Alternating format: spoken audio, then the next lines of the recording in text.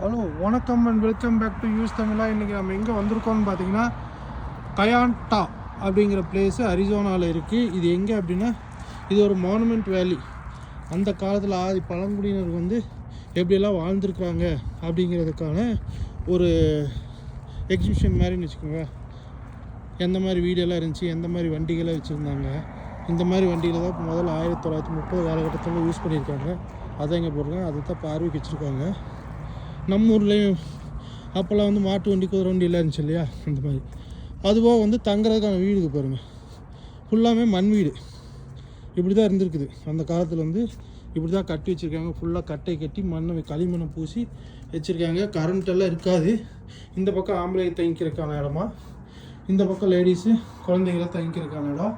வெளிச்சத்துக்காக இங்கே கண்ணாடி வச்சுருக்காங்க, பார்க்குறீங்க இல்லையா. பகலில் சூரிய வெளிச்சம் வரும், நைட் நிலா வெளிச்சம் வரும். ஸோ எப்பவுமே கொஞ்சம் வெளிச்சம் இருக்கும். இவ்வளோ தான். இது போக பார்த்திங்கன்னா அங்கே தண்ணிக்காக அந்த மாதிரி யூஸ் பண்ணியிருக்காங்க. பாண்டு மாதிரி க்ரியேட் பண்ணி யூஸ் பண்ணியிருக்காங்க. இந்த பாருங்க கிச்சன் இது தனியாக கிச்சன் இருக்குது. இன்கேஸ் ஏதாவது தீ பிடிச்சாங்க கூட அந்த வீட்டுக்கெல்லாம் படுத்துருக்கவங்களுக்கு டேமேஜ் வராதுக்கு தனியாக கிச்சன் மட்டும் யூஸ் பண்ணியிருக்காங்க. இப்படி ஃபுல்லாக இப்போ பெயிண்ட் பண்ணி வச்சுருக்காங்க. இந்த கிச்சனில் தான் சமைச்சு எல்லாம் சாப்பிட்றது. டஸ்ட் நம்மளாம் பெருசாக அடிக்க வந்ததுன்னா அந்த மாதிரி இடத்துல இந்த மாதிரி இதுக்குள்ளே போய் தங்கிக்குவாங்க. அதுக்கான தான் இந்த ரூமு. அது போக வந்து இந்த விலங்குகளெல்லாம் பிடிச்சி தோலெல்லாம் உரிச்சிடுறாங்க இல்லையா, அதை வச்சு சொட்டர் செய்கிறது, அவங்க உடுத்துகிற உடை செய்கிறதுக்காக இந்த பகுதி வந்து யூஸ் பண்ணியிருக்காங்க. இதுலேயும் பாருங்கள் வெளிச்சம் வர்றதுக்காக இருந்திருக்குது.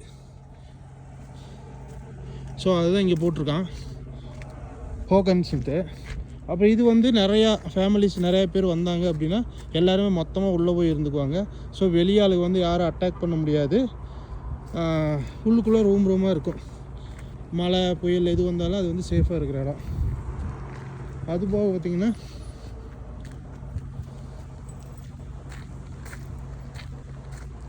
பார்த்திங்கன்னா இங்கே இது வச்சுருக்காங்க. இந்த ஆடுகளெல்லாம் வந்து இது வைப்பாங்க. நம்ம ஊரில் பட்டி சொல்லுவாங்க இல்லையா, பாருங்க அடைச்சி வைக்கிறது பட்டி.